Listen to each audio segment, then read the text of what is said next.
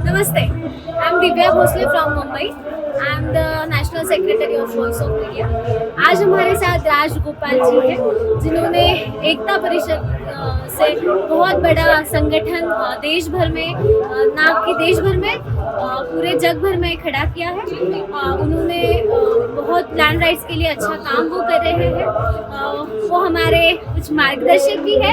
तो आज हम उनके साथ कुछ बातचीत करेंगे कि मीडिया की परिस्थिति क्या है और थोड़ा समझने की कोशिश करेंगे कि हम क्या काम जर्नलिज्म और जर्नलिस्ट के लिए कर सकते हैं।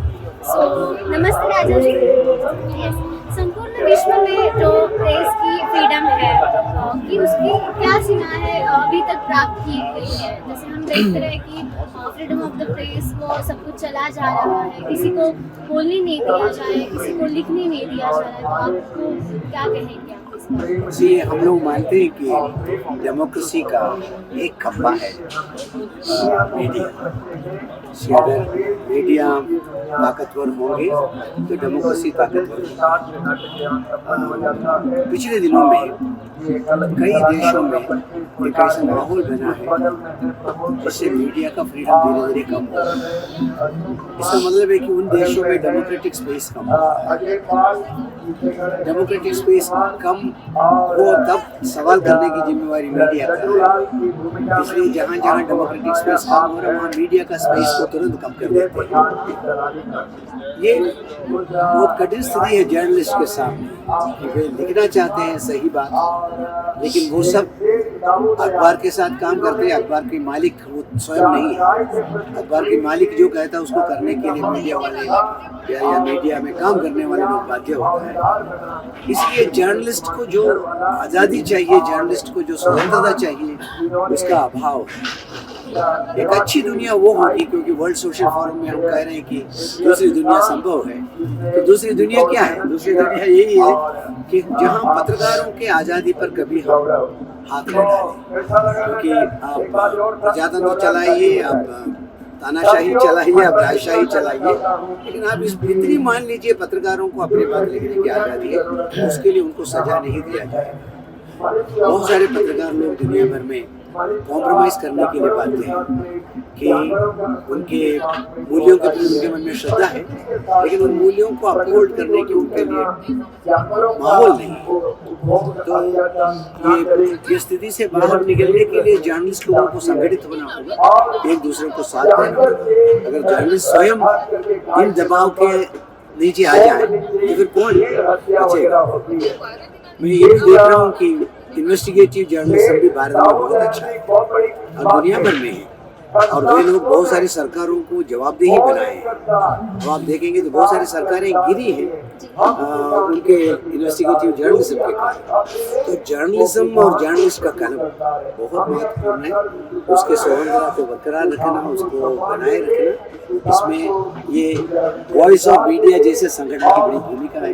और मैं उम्मीद करता हूँ कि उस भूमिका को निभाने में आप ये सफल होंगे। दुनिया भर में जो फ्रीडम ऑफ द प्रेस है या फिर जो अटैक्स हो रहे हैं मीडिया के हाउसेस पे, जर्नलिस्ट पे, उनकी संगठन, उनकी स्वतंत्रता, उनकी सुरक्षितता के लिए यूएन जैसी संगठन में क्या करना चाहिए, उनका क्या रोल होना चाहिए? एक तो यही कि पत्रकार लोगों को स्वतंत्र रूप से काम करने के लिए एक एग्रीमेंट होना चाहिए। अभी दिक्कत क्या है, जिस देश में इतने सारे ह्यूमन राइट्स एग्रीमेंट है जिसको लागू नहीं किया जा रहा है, आदिवासियों के अधिकारों का एग्रीमेंट है, लागू नहीं किया जा रहा है। इस प्रकार के ग्लोबल एग्रीमेंट कई बार मौके पर एग्री होता है, कभी कभी एग्री नहीं होता है, लागू नहीं होता है।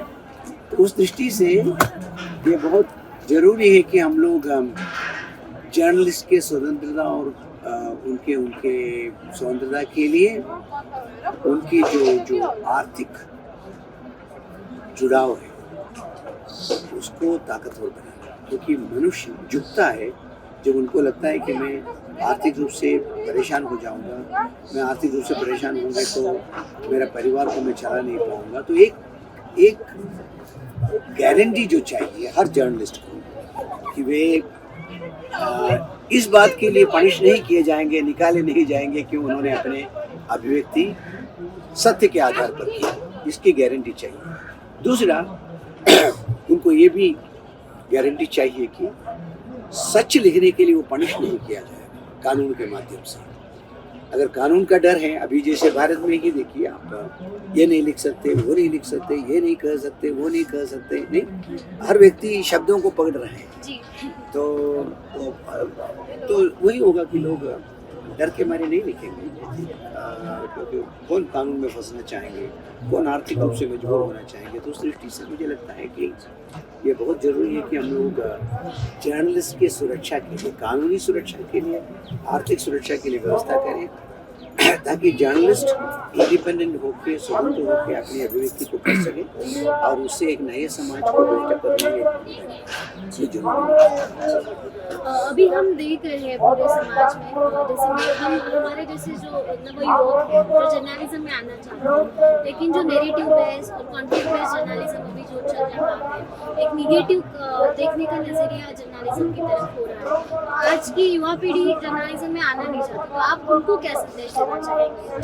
मैं चाहता हूँ कि ज़्यादा से ज़्यादा नौजवान लोग जर्नलिज्म जैसे काम में आए, क्योंकि ये बहुत पवित्र काम है, महत्वपूर्ण काम है। एक तो इसमें समाज के लिए बहुत कुछ किया जा सकता है, समाज के दर्द को, जिसकी आवाज़ नहीं, उस आवाज़ को उठाने में जर्नलिस्ट की कितनी भूमिका है। और मैं निरंतर देख रहा हूँ कि अच्छे अच्छे जर्नलिस्ट उस काम को कर भी रहे हैं। तो युवाओं को जर्नलिज्म की ओर आना चाहिए, लेकिन जर्नलिज्म को अट्रैक्टिव करना होगा, ताकि आने वाले युवाओं को लगे कि यहाँ काम की गारंटी है और आज़ादी की भी गारंटी है। क्योंकि नौजवान ये दोनों चाहता है, काम की गारंटी चाहते हैं और निर्धारित आय चाहते हैं और अभिव्यक्ति का स्वतंत्रता भी चाहते हैं।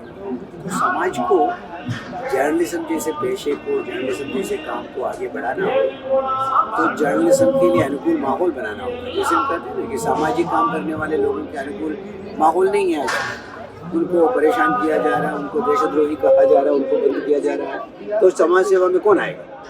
तो वैसे ही जर्नलिस्ट भी आजकल परेशान है, इसलिए उनको कॉम्प्रोमाइज़ करना पड़ रहा है और ताकत के सामने समर्पण करना पड़ रहा है। अब इसमें जर्नलिस्ट से ज़्यादा जिम्मेवारी अखबार चलाने वाले लोग, अखबार चलाने वाले लोग उसको बिजनेस के रूप में चला रहे हैं कि अखबार इसलिए नहीं चला रहे कि दुनिया का भला, अखबार इसलिए चला रहे कि इससे मैं सरकार के नज़दीक कैसे रह सकता हूँ और सरकार के अच्छे लिस्ट में कैसे रह सकता हूँ। इसलिए जैसे जैसे सरकार चाहते हैं उनको वैसे वैसे ये सब करना पड़ता है। अखबार में स्पेस, विरोधियों को कम करो, सरकार का ज़्यादा बढ़ाओ। एडवर्टाइजमेंट के भरोसे सरकार ये सरकार को चला रहे हैं। तो विज्ञापन मुक्त, विज्ञापन से मुक्त, क्योंकि सरकार के सामने इतना क्यों देखते हैं पत्रिका चलाने वाले लोग। भले ही मैं आज जो अखबार के लिए 5 रुपये देता हूँ, मैं 10 रुपये देने को तैयार हूँ, लेकिन मैं विज्ञापन विहीन एक पत्रिका देखना चाहता हूँ, अखबार देखना चाहता हूँ। अखबार लेते ही फ्रंट पेज में विज्ञापन, सेकंड पेज में विज्ञापन, सब पेज में विज्ञापन, 3-4 न्यूज़, कौन खरीदेगा इसको? इसलिए सस्ते में अखबार चलाने के लिए विज्ञापन के भरोसे जीने के बदले आप अखबार का दाम बढ़ाइए, जिसको पढ़ना है वो पैसा दे के खरीदेंगे, लेकिन उनको ये लगेगा कि किसी के गुलाम नहीं, ये स्वतंत्र पत्रकारिता है। अभी लगता नहीं स्वतंत्र पत्रकारिता है, इसलिए उसको पढ़ने में कोई आनंद भी नहीं आता। तो मैं जरूर चाहता हूँ कि पूरे जर्नलिज्म वर्ल्ड का एक प्रकार का लिफ्ट जिस लेवल में अभी है उससे काफ़ी ऊंचाई पर चला गया और एक नैतिक स्तर पर आम लोगों के वॉइस उठाने वाले पत्रकार ऐसा एक माहौल बने तो जर्नलिज्म के प्रति जो लोगों की रुचि कम हुई है वो बढ़ेगी और पढ़ने वाले लोग भी ज़्यादा रुचि से पढ़ेंगे। अभी हम देख रहे हैं कि कॉन्फ्लिक्ट और नेरेटिव वाला सब बेस्ड न्यूज़ और सब आ रहा है, तो उसमें पॉजिटिव जर्नलिज्म कैसे रोल प्ले कर सकता है? आई थिंक मैं हमेशा इस बात को कहता हूँ कि पत्रिकाओं को भी कॉन्फ्लिक्ट को बढ़ाने के बदले शांति को बढ़ाने का काम करना चाहिए। तो जैसे अभी हर अखबार में एक क्राइम रिपोर्टर है, एक वार रिपोर्टर है, ऐसे रिपोर्टर्स हैं लेकिन पीस के लिए कोई रिपोर्ट नहीं। तो पीस उनका सब्जेक्ट नहीं है, वो क्राइम सब्जेक्ट है। ये किसी भी समाज को अच्छा बनने में मदद नहीं करेगा। जैसे नॉर्वे देश में एक बार उन्होंने मीडिया को कहा कि आप अखबार में क्राइम रिपोर्टिंग करना बंद करो। उसका रिजल्ट ये रहा कि समाज में 50% क्राइम कम हुआ। कि क्राइम पढ़ के बच्चे जो सीखते हैं, क्राइम पढ़ने की जो रुचि पैदा हो जाती है, फिर ऐसे करने की रुचि पैदा होती है, तो सोशल मीडिया खास करके ये प्रिंट मीडिया में कम, अखबारों में प्रकाशित होने वाले विज्ञापन देखें, एक आदमी के हाथ में 2 बंदूक, ठीक है, और वो इधर भी मारना उधर भी।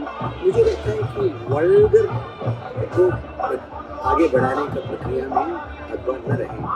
अखबार अगर एक नैतिक स्तर पर रहेगा, समाज के हित में काम करेगा, तो लोग उसके प्रति आकर्षित होंगे और उससे विनाश का डर कम होगा। कम से कम समाज रचना में बहुत बड़ी भूमिका नहीं निभाई तो भी विनाश की भूमिका में कम होगा। क्योंकि आजकल मीडिया हो, सोशल मीडिया हो या प्रिंट मीडिया हो, बहुत हद तक युवाओं को एक रॉन्ग डायरेक्शन में जाने की प्रेरणा देता है, कंजम्पशन के लिए प्रेरणा देता है। ज़्यादा से ज़्यादा खरीदो, खाओ, ज़्यादा से ज़्यादा उपभोग करो, ज़्यादा से ज़्यादा हिंसा को ग्लोरीफाई करो। इसे करने से हम एक अच्छे समाज नहीं बना रहे। तो मुझे लगता है कि मीडिया एक अच्छे समाज बनाने में बड़ी भूमिका निभा सकती है अगर उनकी तैयारी हो तो उस दिशा में जाने की। क्योंकि हर परिवार में, जैसे हम सोचते हैं ना, मेरे परिवार को एक अच्छा परिवार बनाना है, हर मीडिया हाउस को भी सोचना चाहिए कि मेरे मीडिया हाउस को एक अच्छे मीडिया हाउस बनाना है। लोगों के अंदर एक अच्छा इमेज बनाने की जरूरत है। कुछ भी कचरा परोस के समाज को एक मीडिया हाउस चला रहे हैं, इसमें क्या हालत है? ऐसे कोई थोड़ी घर चलाते हैं, तो घर चलाने जैसा ही मीडिया हाउस को चलाना है। अच्छे लोगों के द्वारा अच्छे राय पैदा करने वाले एक अच्छे संचालन ही तो मीडिया संचालन है। मैं मानता हूँ कि आने वाले दिनों में मीडिया उस लेवल में उठेगी, अपने जिम्मेवारी को समझ के उसका कलम की ताकत और जनता की आवाज़ के लिए वॉइस ऑफ मीडिया काम कर रहा है। तो आप सभी को वॉइस ऑफ मीडिया के बारे में क्या बताना चाहेंगे, सभी पत्रकारों को जग भर से? आज मैं आपसे जो कुछ समझा वॉइस ऑफ मीडिया के बारे में, मैं काफ़ी प्रभावित हुआ हूँ और मुझे लगता है कि ज़बरदस्त काम है ये। मुझे नहीं मालूम था कोई संगठन, जर्नलिस्ट, वर्किंग जर्नलिस्ट फोरम वगैरह में देखा हूँ, लेकिन वॉइस ऑफ मीडिया जिस प्रकार मीडिया में काम करने वाले लोगों के स्वतंत्रता के लिए, उनके सुरक्षा के लिए काम करना है, ये बहुत महत्वपूर्ण काम है। और मैं चाहता हूँ कि वॉइस ऑफ मीडिया बढ़े, मीडिया का काम बढ़े, और सिर्फ इंडिया में नहीं, देश देश में वो फैले और एक ऐसे मीडिया की दुनिया को खड़ा करने में सक्षम हो जाए जो नैतिकता के आधार पर आम लोगों की आवाज़ उठा के एक न्यायपूर्ण समाज रचना में आगे बढ़ने वाले साथियों को मदद करने वाले एक मीडिया के रूप में वॉइस ऑफ मीडिया उभरे। तो ये इस दुनिया को आज हम दे सकते हैं, उसमें सबसे बड़ा एक योगदान होगा ऐसा। तो उसके लिए वॉइस ऑफ मीडिया के सभी साथियों को मेरी ओर से बधाई पहुँचाएंगे। Thank you so much. Thank you.